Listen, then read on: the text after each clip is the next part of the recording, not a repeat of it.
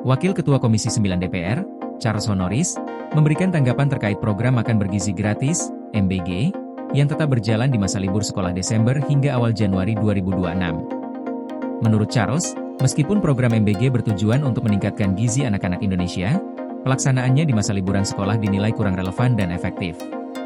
Ia mengusulkan agar anggaran yang dialokasikan untuk program tersebut selama masa liburan dialihkan untuk kebutuhan yang lebih mendesak, seperti membantu korban bencana alam. Charles menyatakan bahwa, daripada memaksakan pelaksanaan program MBG di waktu yang tidak tepat, lebih bijak jika anggaran tersebut digunakan untuk merespons kebutuhan yang lebih mendesak. Salah satunya adalah dengan memberikan bantuan kepada korban bencana yang saat ini sedang membutuhkan perhatian. Ia menyarankan, misalnya, untuk memanfaatkan anggaran tersebut untuk membantu korban bencana yang terjadi di Sumatera, atau untuk memperkuat fasilitas kesehatan dan pemulihan gizi di daerah-daerah yang terdampak masalah gizi buruk, seperti daerah dengan stunting akut. Meskipun Charles menghargai upaya pemerintah dalam menjaga kesinambungan program MBG, ia mengingatkan bahwa penyaluran MBG pada masa libur sekolah dirasa kurang efektif.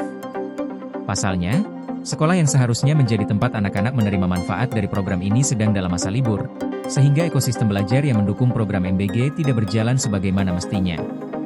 Selain itu, distribusi makanan kering yang diberikan selama libur, yang menurut laporan lapangan banyak berisi produk kemasan dan makanan olahan ultra processed food, UPF, berisiko melenceng dari tujuan awal program ini, yaitu untuk memperbaiki status gizi anak-anak Indonesia. Charles menambahkan bahwa selama liburan sekolah, orang tua memiliki peran yang lebih besar dalam pemenuhan gizi anak di rumah.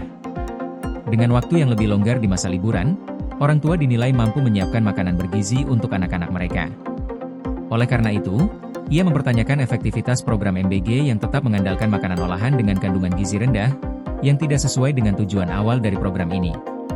Lebih lanjut, Charles juga memberikan peringatan agar pemerintah tidak memaksakan program MBG hanya demi menghabiskan anggaran yang tersedia di akhir tahun. Ia menegaskan bahwa kebijakan tersebut perlu dikaji ulang, dengan mengutamakan manfaat nyata bagi masyarakat daripada hanya fokus pada serapan belanja.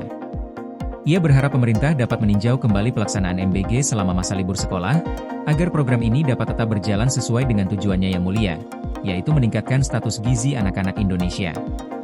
Di sisi lain, Kepala Badan Gizi Nasional, BGN, Dadan Hindayana, memberikan klarifikasi terkait pelaksanaan program MBG di masa libur sekolah.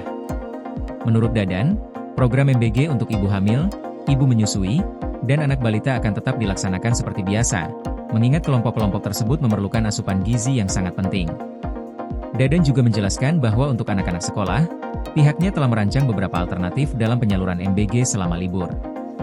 Di awal masa libur, siswa akan diberikan menu siap santap seperti telur, buah, susu, abon, dan dendeng, yang dapat bertahan maksimal selama 4 hari. Namun, untuk hari-hari berikutnya, jika siswa tidak datang ke sekolah, pihak BGN akan melakukan pendataan untuk mekanisme pengantaran makanan ke rumah-rumah atau sistem pengambilan di titik distribusi terdekat, yaitu SPPG. Dadan menambahkan bahwa pihaknya tengah merancang sistem delivery makanan untuk memastikan bahwa siswa yang tidak datang ke sekolah tetap mendapatkan manfaat dari program MBG. Sistem ini akan dimulai setelah 4 hari libur sekolah berakhir. Dengan demikian, meskipun ada kritik terkait pelaksanaan program MBG di masa libur sekolah, pihak pemerintah, dalam hal ini BGN, berusaha menyesuaikan penyaluran bantuan dengan kondisi yang ada, agar tetap dapat memenuhi kebutuhan gizi masyarakat, terutama anak-anak, selama periode liburan. Koordinasi PLN dengan TNGL jelang Hari Kesaktian Pancasila, listrik terbangun, alam tetap lestari. Panen perdana garam Aceh. PLN hadirkan energi untuk UMKM di momen menyambut Hari Kesaktian Pancasila.